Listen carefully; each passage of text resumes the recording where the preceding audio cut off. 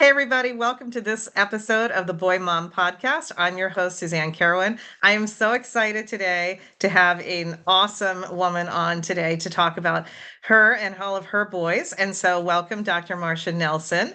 How are you? I'm great. Thank you for having me on this show. You've been trying to get me on for months now. Well, you are a doctor. You keep us waiting. We get how it goes. We get it. We get it. All right. So why don't you start with just saying like who's in your family? So you're the mom of this big household. Who's in that? My husband, who is an orthopedic surgeon, retired Army colonel. And then I have four sons. My oldest is 18. The next oldest is 16. Actually, oh my gosh, he just turned 17. Sorry, 17 Yep. as of like 2 weeks ago. And then 15, and then my youngest is 12. So I have three still home with me. My oldest, Joe, is in college. He just left this past summer. So are you still a working doctor? You're still doing stuff? Yes, I am. Well, I'm a trained board certified general surgeon. But right now, well, ever since we moved to Winchester, I am specializing just in breast surgery. So I can do all the other stuff, but right now I'm only doing breast surgery, and I foresee that that's how I'll eventually end my career in this position. Um, so yeah. Okay. So somewhere along the way, you were able to put in many babies. Many babies. And so, I mean, I'll just start with that. So, do you remember the first? I mean, I'm sure you do, but let me ask you because you've had a lot of pregnancies. Do you remember when you first found out that you were going to be the mother of a boy and how you felt? Well, so for our first, so my husband was, so I was a chief resident in my fifth year. So in general surgery, it's 5 years, sometimes more, depending if you do research. Anyway, mine was 5 years. So I'm in my fifth year. My husband had been sent to Korea for his initial assignment, and then so we weren't really planning on having a child, but these things happen, right? uh, Yeah. I believe the quote was, "What are the chances? The chances are 100%." And he is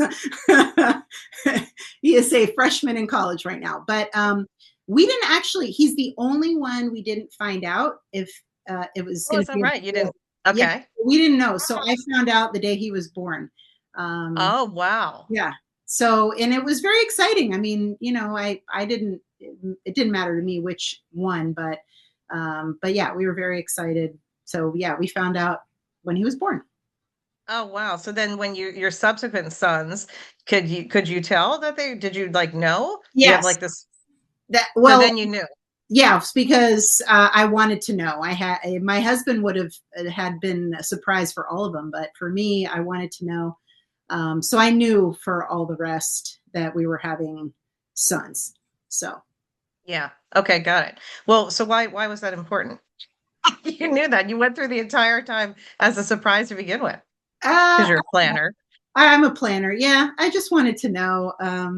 Just yeah, to plan probably. I don't know. I just Yeah. couldn't wait that long. It was really hard that first time, waiting until the Oh, baby I can't even imagine. was Right. ready. I can't even imagine. Now, I always feel like you have a little bit of a head start because you do have a brother. And so I felt like, maybe as a boy mom, did being a sister to a brother, did that help you at all in understanding these little boys that you were raising?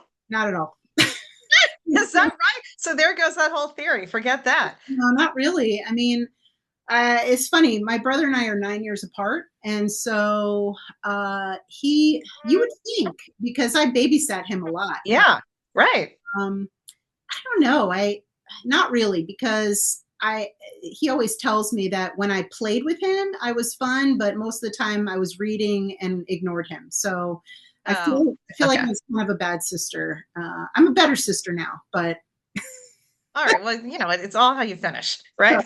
yeah, It's run the race is how you finish. That's I right. didn't play with him as much as he would have liked. So yeah. Well, I mean, I think that's always the case. But okay, so then back to kind of you then as the mom. So what kind of mom do you feel like you were to these boys? Well, I think I'm a well, hopefully I'm a good mom. I think we're probably some of the my husband and I are the toughest parents, compared to other people. We have very high standards, and so uh, there's a lot of gnashing of teeth, and they do chores and they don't like it, and their friends, some of them don't do it, and so. Um, but I think through all that, they know we love them. So I think it's a combination. I wouldn't say it's like purely um, all strict. You know what I mean? Yeah. Well, I think I think you find in military families especially, right? You see that structure is there and that respect is just kind of put into the household as well. But the I think the other thing is that um that level of discipline and having high standards. And what I found is that it's just like any of the boys do so well in sports, they thrive in it, Yeah. right? They thrive. They love the structure. They usually do extremely well with all that stuff. And while they might grumble, you know, they're Yeah. really good at doing it. Like Well, they're I'm sorry. What I think is funny is that when they complain about it, but then when they see other kids who they think are like disrespectful or out of control, like they see it, and they're like, "Mom, can you believe that kid?" Blah blah blah. And so I do think they see, they don't necessarily like it while they're experiencing it, but they can see that it is, if it to their benefit. One of my favorite stories is when, one of the places we were stationed was El Paso. I think I told you. Mhm. And after El Paso, and that's about a year, it was a year after my youngest was born. So he was one, and they're 6 years apart. Like they were born within 7 years. So the oldest was 7. Yeah, those babies, they had to come out. I didn't get married till I was 32. So, had to get it done. So the oldest was 7, then 5, 4, and 1. Okay. And we drove cross country from El Paso to North Carolina, which the way, of course, me, I had an itinerary, Yep. and Shocking. Yep. Yep. Yep. Yep. we didn't travel more than like 5 or 6 hours a day. I mean, because with little kids, and we had snacks and all that, but we would stop in hotels that had breakfast, and every morning they would go sit at the table and eat like we do every day, right?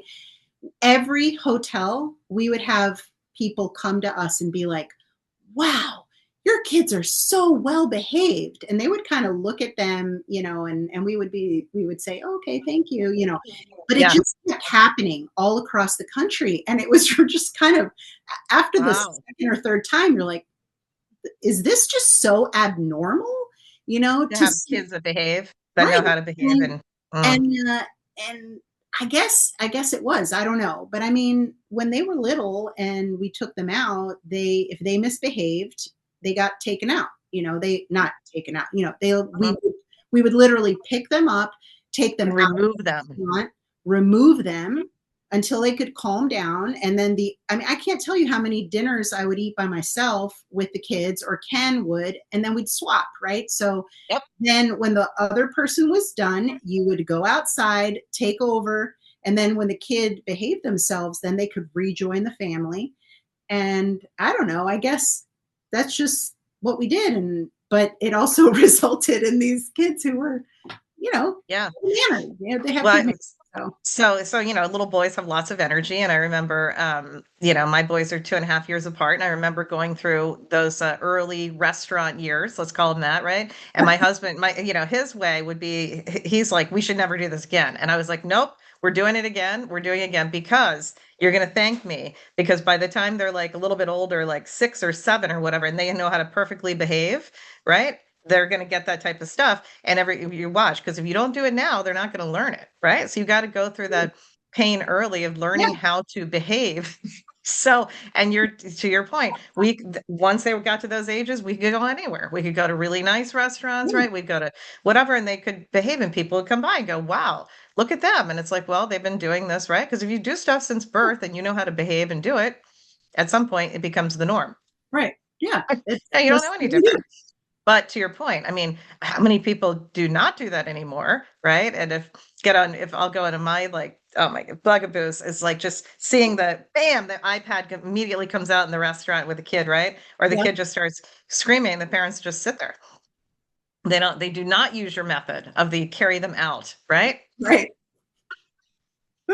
So it's a yes, to your point, I remember that a lot, the back and forth, and that kind of thing. So I mean, so I guess on that note, so what are your boys like as little boys? I mean, they were typical high energy, doing everything because that's the biggest thing I think. Now you had four of them running around. So what was that like? How did you? Um, so, We have you a lot know, of ladies, I should say, who write in and they say they just can't understand these boys and why they have so much energy. So and then you had four. yeah. So, okay, so we'll start with the first one. So, first one, I took a few months off. And actually, I graduated in June from residency. This is a little off, so but just wait with me here. So I graduated. Then in August, I took my board exam a week after he was born because I'd been studying all summer, and it's like, well, may as well try. So I did, and then I started work like 2 months later. So I'm sitting at home, and this baby, and is crying and wants to nurse every couple hours, and I'm like sitting there thinking, you can do this. You're a doctor. Like, get your what together. So Right. it kind of started from there. And so he was an early talker, and just was a chatterbox, and high energy. But my second one was really the one that just wouldn't stop. He started walking at 9 months, and basically went from crawl to like standing and walking like overnight. It was insane. And then the third one came 16 months after number two. So they're the closest. That's what I did with my year off when I didn't work. I had That's what you're doing. That's what I was doing. Having a third. And I mean, he was so busy that he was like this little toddler wanting to do all the big boy things. And here I am, like 8 months pregnant, and trying to chase him through the playground. Like, it was hard, it was really hard. And then, but I think the hardest was 2 to 3, 2 to 3. We always joke, you went from man-to-man defense to zone. So 3 to 4 wasn't that hard, to be honest, because my husband could wrangle the 3 and I could have the baby, or vice versa. And they tended to, I don't know, play together better. You could just kind of throw them in a room. And with boys, I'm sure that noise is normal. It's the silence that you worry about, right? Oh yeah. You're like, Oh yeah. why Yeah. can't you not hear anything? What are you guys doing? What are you doing? That mom voice comes. What's happening? Yep. What's going on? Why is Yep. there no Yep. That's it. yelling? So yeah, so they were but yeah, they've been very active. They've been doing sports and stuff. So it was kind of nonstop. But it's funny, and I'm sure you've noticed this too. As they get older, the focus is different. Like early on it was more like helping them more, and now they have so many activities that I feel like I'm exhausted from that. Not that I'm having to dress them or feed them or whatever. It's go to these activities and make sure they're I don't know, doing all the stuff they need to do. Yeah. So Marathon years. So Yeah. they go, you go from chasing them because they're little to then chasing them at their events, you know? Yeah. Seeing them, I always feel like I saw them, I spent all this time watching from afar, right? Like Yeah. like they're out there and you're like, I wonder what's actually going on in their brain half the time, right? And then you find out like lots of times like literally nothing, right? That's the best thing I found about boys and men. Like when they really sometimes they like literally just aren't thinking. Like they just like which is not like us. Like we're just not like that, right? We're just not wired that way. But No, they and literally can go, yeah, nothing. I, I do feel very outnumbered in my house, you know, like I can't understand a lot of what they do, why they do it. And my husband's like, well, of course they would. And I'm like, what? I don't get Yeah. it. I just don't get it. But I don't think I ever will, you know, as a woman, I mean, I do my best. I try to understand, but I Yeah. can't understand Well, the and brain. that's a good point. I mean, so, kind of looking for, I mean, he's not nearly old enough yet, but I mean, do you think, are you looking forward to having daughter-in-laws at some point? And I mean, yes, you know, I worry a little, only that, you know, because right now I'm the most important woman in their life, right? None of them have yeah, girlfriends, by the way. But and oh, by the way, that is a rule. So, well, the oldest could if he wanted, but no dating what's the till they're rule? 16. No dating till what? 16? Yeah. So 16. Okay. right, but the older two aren't interested right now. They're too busy doing whatever at school, and so. Good. But That's a good rule. yeah, I know. We don't Yeah. want any. Is that your rule? Is that Ken's rule? No, That's an like agreed upon rule. yeah, agreed upon. Yeah, I think that's a good rule. I mean, I might jack that up to 18. I don't know. I know. I feel like I can't take it back right now since we had Right. said, but since they don't care, I'm fine leaving it at Right. 16. But Yeah. my good friend has her family's rule was no ring, no bring, meaning which I'm definitely doing that. So if you're not engaged, you're not coming to family vacations. So I think I'm gonna, which you know, I feel like I think that's more than fair. Yeah. So I like early on, I think like I think Jackson was like in seventh grade and there was some girl that really liked him. And she was like the girl who'd like try to get to know you and come sit next to me at the basketball game and stuff. And I told him, I said, listen, I don't want to know every girl that's ever going to like you. Like, I'm just not going to be that mom, right? Period. And so like, just, I don't want to like, don't give me this whole like line of people that I have to know, right? And like act like I yeah, to know them. And I think you took it to heart too much because then I never knew anybody, right? okay.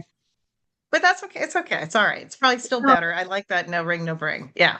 So so to answer your question, I look forward to it because it would be nice to have, you know, a female. And I just hope that the brothers do a good job policing so that Yeah. you know, and it sounds horrible, but like, so that we don't get anybody that's not a good, you know, a good fit, you know? Yeah. I Because do it's know. really Yeah. hard. It's really hard to find the right person. And I pray that my boys do find, you know, a good partner. Um, but you know, that's difficult. And I will say that I brought very few guys home to meet my dad, and Mhm. most of those guys got nicknames. And I've already told my twins that I shall continue the Crisio tradition.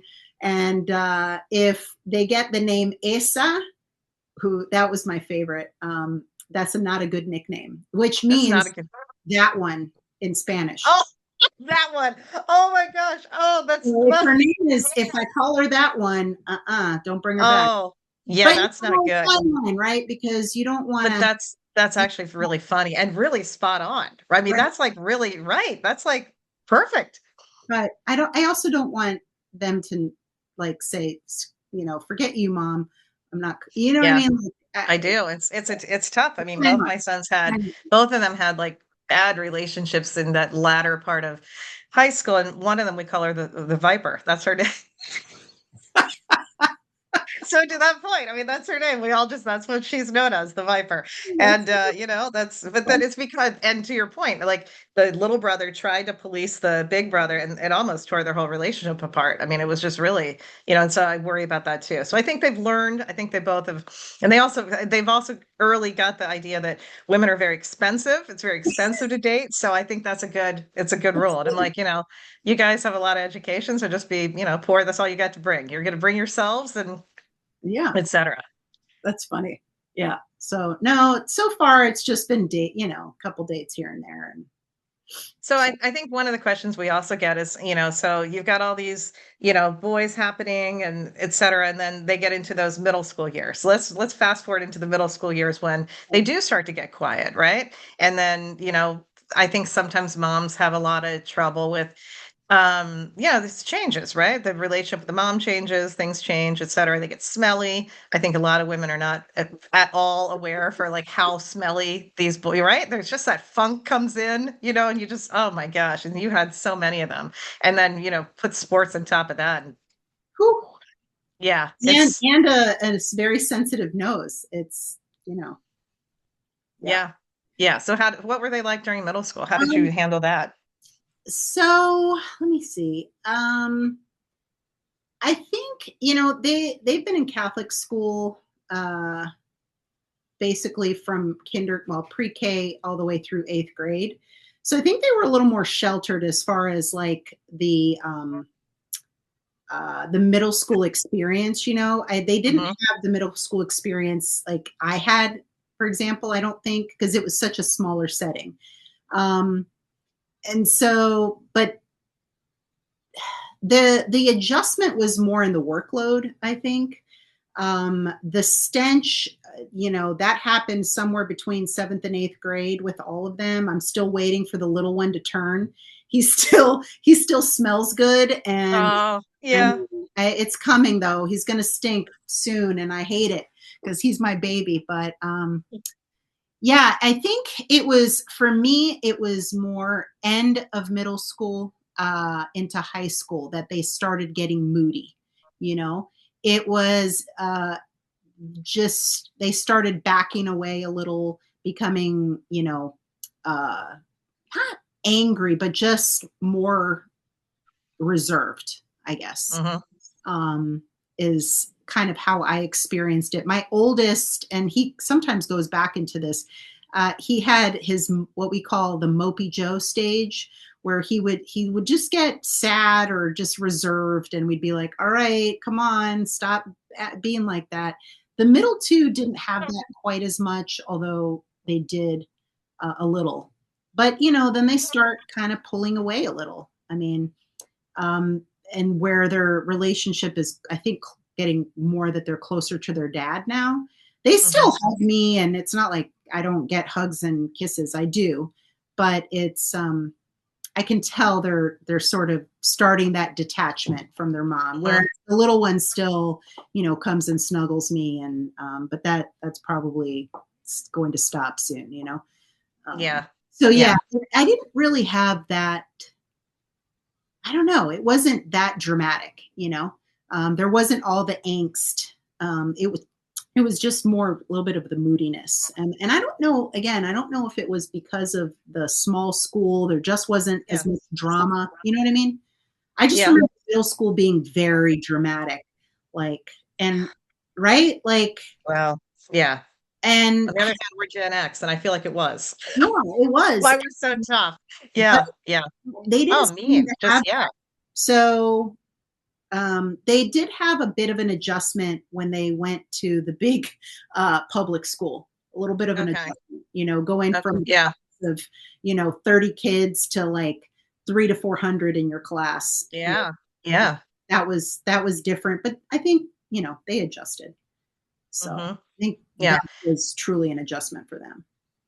Well, so I mean, I don't know. Don't you? I feel like there's goods and bads of like each generation, and I do think that kids nowadays, I think they're taught to the whole be kind movement. So I think they're taught to be nicer, and they're taught that certain things like you don't do that anymore, right? Those things are not to be done. Um, so maybe that's a good thing about where people are now. I don't Yeah. know that, the whole the anti-bullying stuff. Hopefully some of it's worked. I think so. I mean, my kids luckily they never experienced any of that. So I'm blessed in that Hmm. regard. So that was really good. Um, I think, being in scouts, that's also been a good thing because they learn to really be able to deal with all sorts of diversity and different things. So I don't know. They really didn't have that angst that I remember going through in middle school. It was just kind Yeah. of like meh, you know. Yeah, well, I mean, to your point, I think a lot of, I think sports, just being, whatever it is you're doing, do a lot of it. Yeah. Think- I will say this: there is one topic of angst in my children. They were not allowed to get a phone until the end of 8th grade, so they got their phone April of 8th grade, and that actually was a source of a little bit of anxiety. Not anxiety, they anger maybe that they didn't have. Everybody has phones, they didn't. They They were didn't. the only weirdos. And with the different boys, there were occasionally another weirdo like them whose parents were so mean they didn't get a phone. And I Yeah. was like, well, too bad. You don't need a stinking phone. I didn't have a phone till med school. You don't need a phone. Hmm. And Hmm. but I don't know if now they're more than making up for it because they're on their phone all the time. Well, so I'm sure you've seen all the research that now is coming out, right? All the Yes. research now about oh yeah, and like this is like, I'm like, oh my gosh, I've permanently damaged these boys by them having phones, right? Like they're wired differently now because of it. And yes, it's It, addictive and very addictive, and they're that's how they get punished is having their phones yeah. get taken. And but what I worry about is, are they going to be able to self-regulate when they're not at home, right? Because that's the key. Is what I don't want is them to then go to college and then have a problem that they Yep. can't step away. Currently they are able to regulate. They look at their phones way more than I would like, but Hmm. they still are, all of them are doing well in school. So I can't really complain too much. Um, So do you actually or do you put anything on the phone? Like, do you know what they're looking at? Like, you're in yeah, there like kind of moderating that? we do have something on the phones. It's called Aura. So, I mean, I'm not actively looking at it, but it does have blocked websites, and we can shut off their internet individually at any time. So, Oh, flip the switch on them. oh, Yeah. yep, Yeah. Well, and I really, that's probably one of my big regrets is my youngest one. I feel like he was on so much, right? And I do think it really changed the way he behaved and just anger and just, really belligerent a lot of times. And I think it yeah, goes straight from, what they're seeing, et cetera. And it's yeah, just, a lot, and they just so much of what I feel like is out there now is just pure crap. And even yes, now with AI, like who even knows what's real? yeah, That's another whole thing that's just like right, scary. And all these poor, again, mostly boys getting pulled in these sextortion schemes and yeah, oh my gosh, right? So it's it's horrible. yeah, but you're to your point. So I mean, I doubt it. I would think that your kids, but let's talk about like, yeah, so why, let me ask you, so even of you being a doctor, did it help you in being like a more patient mother and you were like, what do you think of the gentle parenting? Oh, Jim, what? No, I think that it's I don't believe in beating my kid, but I think that's too permissive personally. Yeah.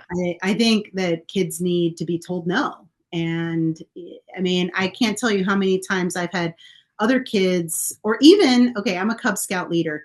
I mean, some of these kids that I'm trying to wrangle, and, I don't have Cub Scouts anymore. Mine are all Boy Scouts, but some of them have never been told no. And it's really hard to be a leader, let alone, I imagine that the teachers have a really hard time dealing with them. So I think that it went way overboard. I think there's something to be said for, being kind. I don't think actually being a doctor's kid, probably it's not for the kid.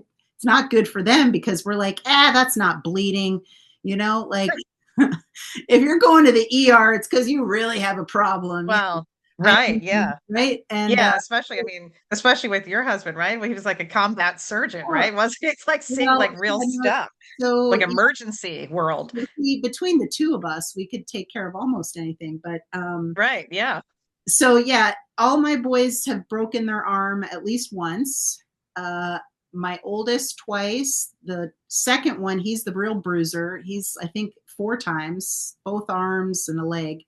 And the Oh youngest my barely gosh. needed surgery. But the great news is my husband could, just throw them in a splint and they Yeah. were fine.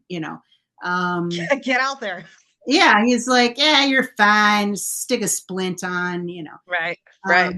So I think from that standpoint, but on the other hand, I didn't want to miss anything. So I did probably when they were babies, because, I'm not a pediatrician. I did take them to the doctor where my husband would be like, they're fine. And I'm like, no, I have to take them. So Oh, got it. went Got it. overboard younger. And now that they're Hmm. older, I'm like, you're fine. So I think Yeah. now yeah, it's so, And that's, I so mean, I don't know there, that it made me more patient. I think it helped with, like they don't try to fake illness because they know I'll call them oh, on. that's, oh, yeah. Right. They got nothing. Right. What can they do? Be like, oh yeah, are you sick? Go to school. And then if they throw up, then I go get them. I know that sounds so mean, but you know, No, it doesn't. No, I think that's, I mean, because it's just, they have to have, well, I think, to your point, I think that, um, I'm really back nice. to, no, you're super nice. You're much nicer than I am. Oh my gosh, you're much nicer. Yeah. I mean, are you kidding me? Like, we were at a lacrosse tournament. Jackson was playing box lacrosse out in California, and this kid hit him from behind, and he went straight into the door, like the box, like the door of the ring, and just cut his whole head open. And like, there was a really nasty, mean hit. And I sat there for a minute, and he didn't get up. And then like I sat there like I don't want to be that mom, right? And then once I saw the blood actually gushing down, I was like, okay. And then like they cleared the path for me. And then we got him stitches. He came back, played the game at night, got a hat trick, and we're done. To Mass, we went to In-N-Out Burger, right? Got stitches, and he had another game at 7. So like that's what it's like a cut. I mean, like didn't have a concussion or anything. So like, what else are you gonna do? So shove the stuff in there. But I think that's some of that resiliency, right? Is it's important to have. I think we're missing some of that. It's tenacity, right? The tenacity of it. Oh, it's funny. Yeah, one of my favorite books. I don't know if you've read it. It's called Grit. Um, Oh, grit. Yeah, of course. yeah, I think Angela Duckworth. Angela Duckworth. Yeah. Love that book. And so I talked to them, my husband and I talked to them a lot about that, about resiliency and having grit and being able to, get forged through things. And just because you don't succeed, I mean, that doesn't mean that you're not going to. I mean, I'm the perfect example. I didn't get into med school the first time. And, so I said, okay, is this what I want to do? Yep. So I went to public health school. That's where we reconnected. Mm-hmm. Yeah. And then I got into med school. So, I mean, that's what we try to teach them as well. But yeah, it's, And I think about you all the time when it comes to that because you are without a doubt, one of the strongest women I have ever met. And your endurance and your ability to just like again, you've always wanted to be a doctor. You always wanted to marry somebody who went to West Point, right? And it's like no, wait a minute, time out. First part is true. Second part, I think you got it confused. I didn't want to marry a military guy. It was the opposite. really? I always swore I would never, I mean, not mentioning any names. Yeah, yeah. Because I thought that's why you wanted to. Oh, no. No. Oh my gosh. No, because after my very Oh, and then serious high school boyfriend, and then he went into the military, I was like, heck no, I don't want a military guy. And for sure not another doctor. And who do I marry? yeah. A military orthopedic surgeon. See, God had a different I plan for you. thought that was hilarious. So yeah, that's what I tell my sons. Be careful of what you say you don't want, because God's going to think that's funny, and then say, yeah, here you go. So So see how you fare with this one. right. Yeah. Well, So where was the so right. that's actually probably a good jumping off point. Where does your faith come into all of this with motherhood? Um, And how have you taught your sons? so okay, well, I guess this would probably be a good point to bring in what we talked about Yeah. briefly. So I grew up Seventh-day Adventist, which is Christian. Basically, we went to church on Saturday, very strict. My family was a little looser. My extended family is Catholic. So I grew up going to church. And then in college and med school, I kind of stopped going. Just, I don't know why, but I did. And then in later med school, I reconnected with a friend of mine from college in New York City. And I started going to her church, which was a Presbyterian church. So I kind of got back into it then, started going to church again. And then, And sorry, Presbyterian is like one of those I never know what they do. I never, you're right. yeah, I just never, yeah. basically it was like Seventh-day Adventist, only slightly different. So it wasn't very different, Another Protestant denomination. yeah, Yep. yeah, Yep. just Protestant, right? So, and then And you fit again, that in at the end of med school. So you're yeah, still going to med school and you start going to church back. right. You go start. Mhm. So that was when I lived in New York City. So I lived in New York, and there was this huge church, and the preacher was very charismatic, really great sermons, and so it was fun. They had a great youth group, and so I went to that. Then I went to residency, and again I stopped going to church. Again, who knows why? Probably time and being on Yeah. call every second or third day.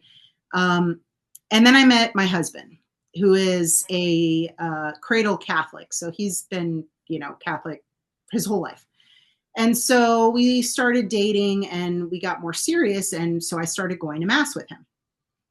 And, well, eventually we got engaged. And so then and we got married in the Catholic Church at West Point, actually. Mhm. And Mhm. he is a West Point grad. So, and so then we started going to church. And I figured I always, even though I hadn't been a regular attendee, I always knew that I wanted to have my family go to church together, right?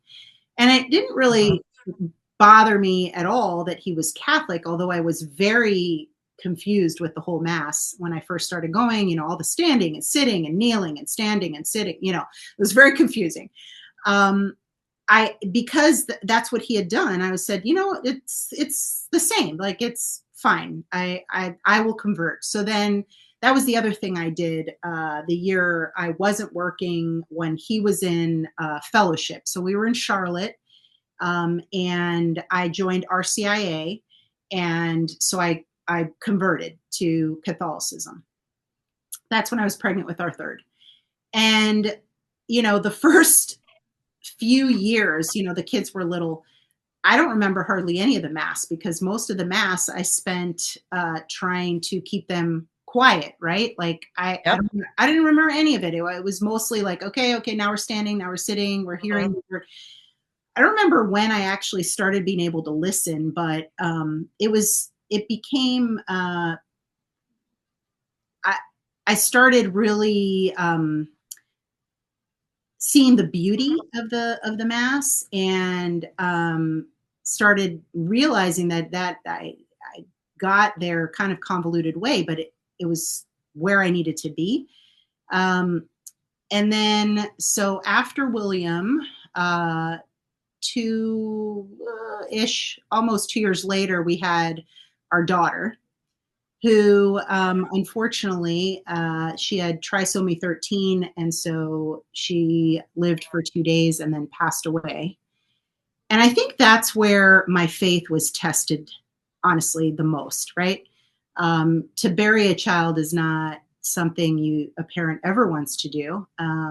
Yeah. And I, and then we for various reasons we felt like that particular parish really wasn't there for us. So for a while we went to an Anglican church, And then our Baptist friends, who we're still good friends with, they were like, come with us to our church. And my husband was like, Baptist. But we went.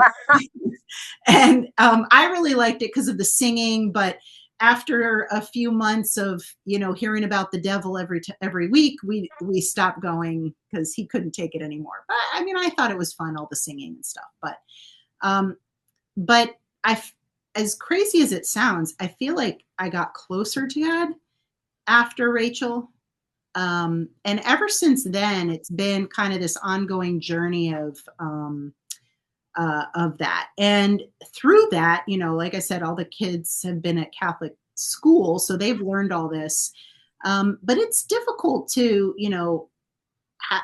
help each child have a relationship with God. I mean, it's their own journey, and the older three have all been, gone through confirmation, and done all the things, and we make mass a priority, but it has been difficult to kind of push that since they go every day. But but I mean, I've certainly I try to help them with that, but it's like I want them to go to youth group, but they don't want to go, and it's like they already do so many things. I don't want to push another thing.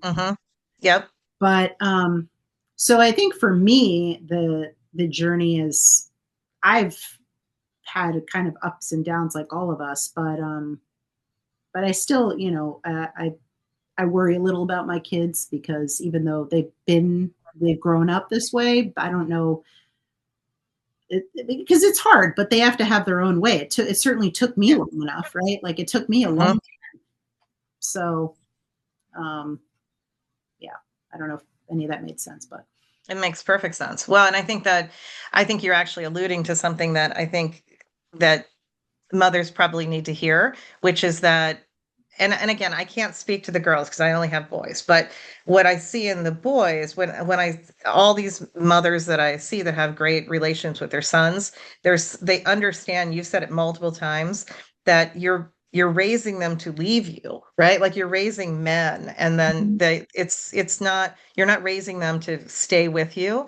And like you're saying, you've already given them that space, saying that's your journey, right? And at that point, like it has to be, like I would say to my sons, like it's your body of work. It has to be your body of work. I already went to school, right? I'm not going to write your essay for you because it has to be yours. You have your space to do your work, and that's your stuff, right? And it's the same with that. And respecting, I think having that respect for your sons is what you're really saying. You're respecting that they're, you can pray for them and hope that they do it, but yeah, ultimately it's got to be them, and which is hard. I try to give them those opportunities. Case in point, this summer, I signed up my two high schoolers for something called work camp. It's a week through the Catholic diocese, through the Arlington diocese, where they go spend a week, and they do some sort of work, whether it's build a house or a roof or whatever, right? And they stay at a school with all these other kids, and it's going to be a little tough, I'm sure, and they're not excited. And in fact, they call it. One is called work camp. It's called work camp, and they're calling it slave camp. And I said, they're like, so we really don't have a choice. And I'm like, you can choose to say no, but you're still going. You're still going, right? Yeah. Because I feel like it's a good opportunity for them, and maybe to even grow closer to God, and maybe make some friends, and do some community service, right? Yeah. But they're not excited. But I feel like if I put that opportunity out there for them, then they can either take it or not. And well, but I mean, that's kind of goes back to your whole thing about grit and actually parenting and trying to instill something in them. And I think it can't be like, hey, we would say this to certainly our second son all the time, like everything cannot be all fun and games. I mean, like you have to, right? Like, I mean, you have to actually go through the process. And I do see that a lot of people want to skip the process. They don't want to go through the process of the work of doing the work, right? Yeah, Yeah. yeah, and that's I stress that all the time. I mean, they all one thing I insisted on is they all had to learn piano. Okay, so at the age of 5, they all started learning, and I love music, and I've always done either singing or band or whatever, and it was such a great part of my life that I wanted them to have. And I also played piano. I wanted them to be able to share that, right? Just it's a Mhm. different part of your brain, Yeah. and so they learned at 5, and they had the deal, not really deal, but what they were going to do was lessons until through 8th grade, and then after that, they could quit if they wanted. And I'll never forget, we were at the last concert where all 4 of them were playing. Now this is when the oldest was in 10th grade. He was still doing it because he wanted to. He said he wanted to, so he kept playing. And then the 8th grader, and they're, after however many years, right? So 5 years old till 13 or 15, right? That's 8 years or 10 years. That's a lot of years Mhm. of practice. Yeah. Yeah. And I'd had people come up and say, wow, they're so good. How did that happen?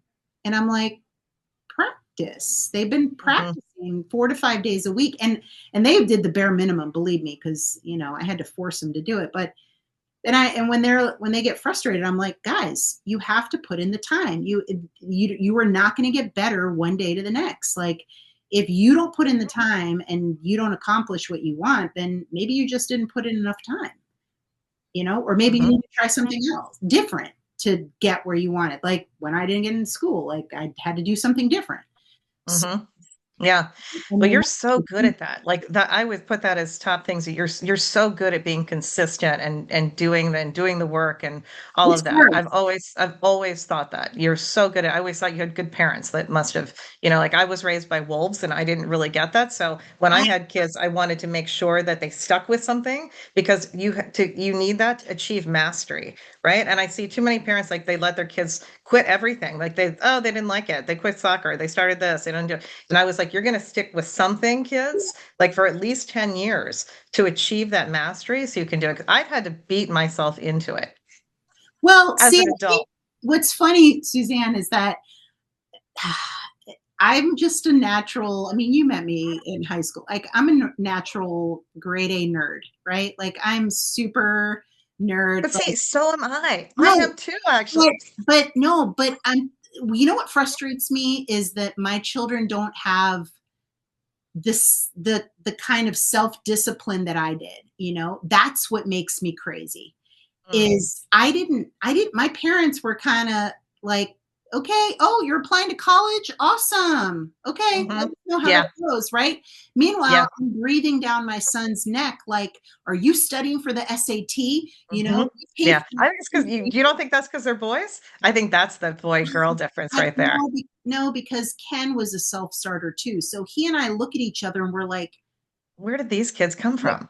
Well, no, they're smart kids, but they're certainly not self-starters. The only one who actually is like, I mean, I don't want to put my kids down because they're really hard workers. They just sometimes they need to have the fire lit under their butt. Yeah. Even Little the FTA, little foot to ass is not always bad, right? yeah, Yes. Yeah, I I know. sometimes wonder if I got pushed, would that have helped me or hurt me? I don't know. And I sometimes that's what I struggle with. Am I pushing them too hard, right? And mm-hmm. I with because I don't want them to succeed because of me pushing them, right? Like, Mm-hmm. not really, because I don't then want them to be somewhere they don't want to be. Like, that's my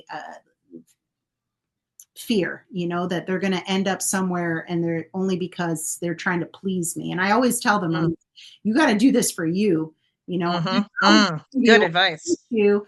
But like our kid at West Point, we told him over and over again, like, you need your own why.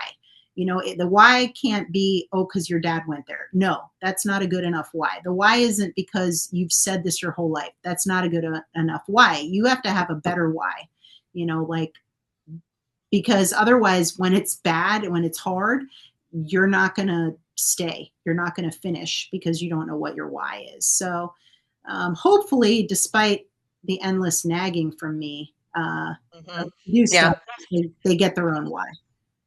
Well, and it doesn't really end because I mean, my older son is he's in his last semester for college, and it's like everything to not. I had two things happen. One is everything not to be like, are you sure you're going to graduate? Like, did you actually like? Do you have all your credits right? Like, have you checked with somebody? Like, do you right? And so also their whole childhood, I'm like, do you know what you're doing? Right? Do you know what you're doing? Are you sure? Right? Do I need to step in? Like, you have to tell me if I have to step in, right? And it's like, oh my gosh, like let it go. I'm sure. And then actually, the second thing that happened is something came across. I looked at something this morning and I immediately was like, I should sign Jackson up for that. I was like, Suzanne, you cannot do that. He's 22 years old, right? You cannot. It was like some camp. It was like exactly the same thing. I was like, oh my gosh, my instinct was like immediately, like it just does. I think that probably just doesn't go away.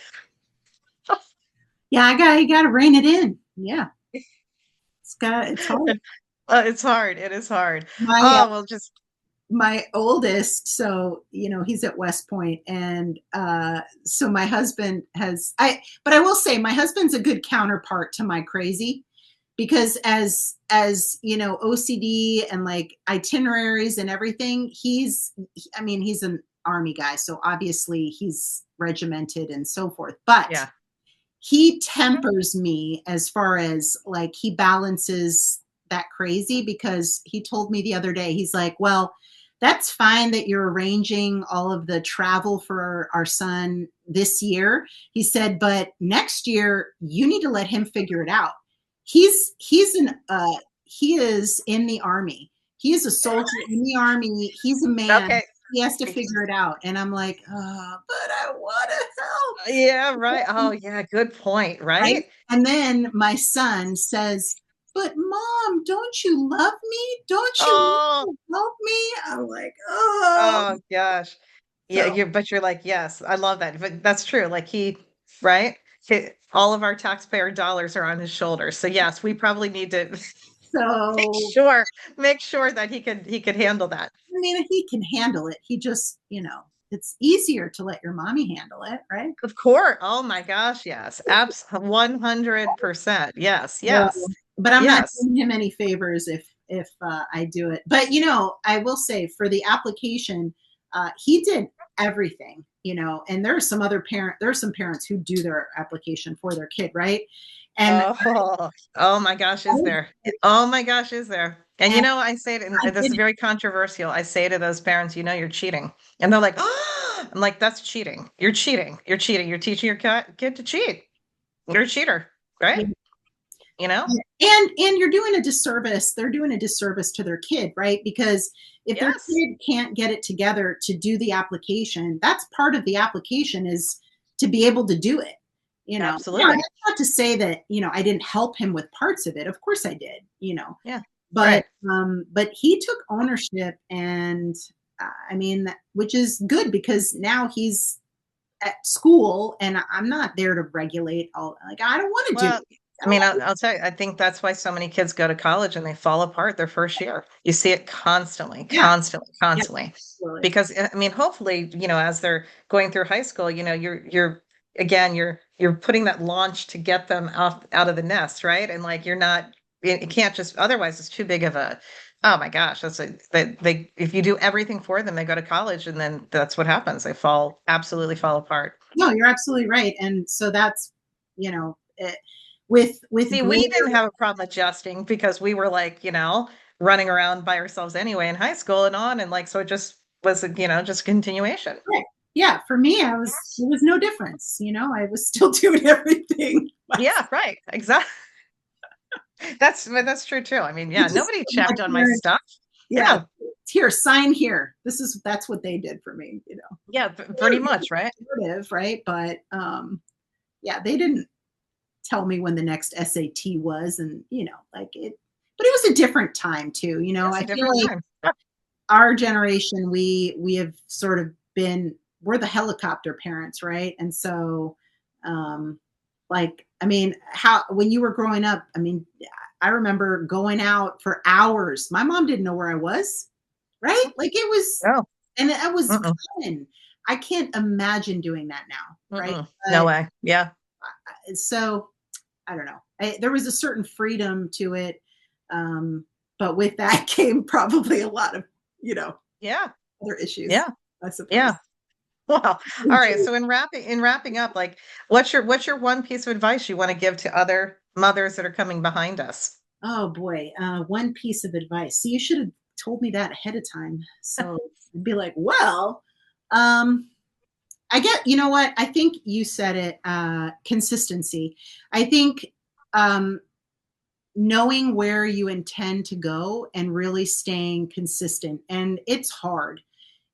I think that has been probably the greatest parenting challenge has been being consistent, because you want to give in, you want Mm, to, yeah. but you just, at least for me, I always thought, okay, what do I want the end game to be? Like, what do I want the result? And then that helped me to keep that consistency because, when I wanted them to eat, I don't know, peas or spinach, and it was like the 10th time I was offering it to them and they still spit it out. I'm like, huh, but I kept feeding it to them, and there's Hmm. obviously other examples, but so yeah, I think just being consistent, um, in and having clear expectations. I think for kids, if they don't know what you expect, it's hard for them to, you know, do what they need to do.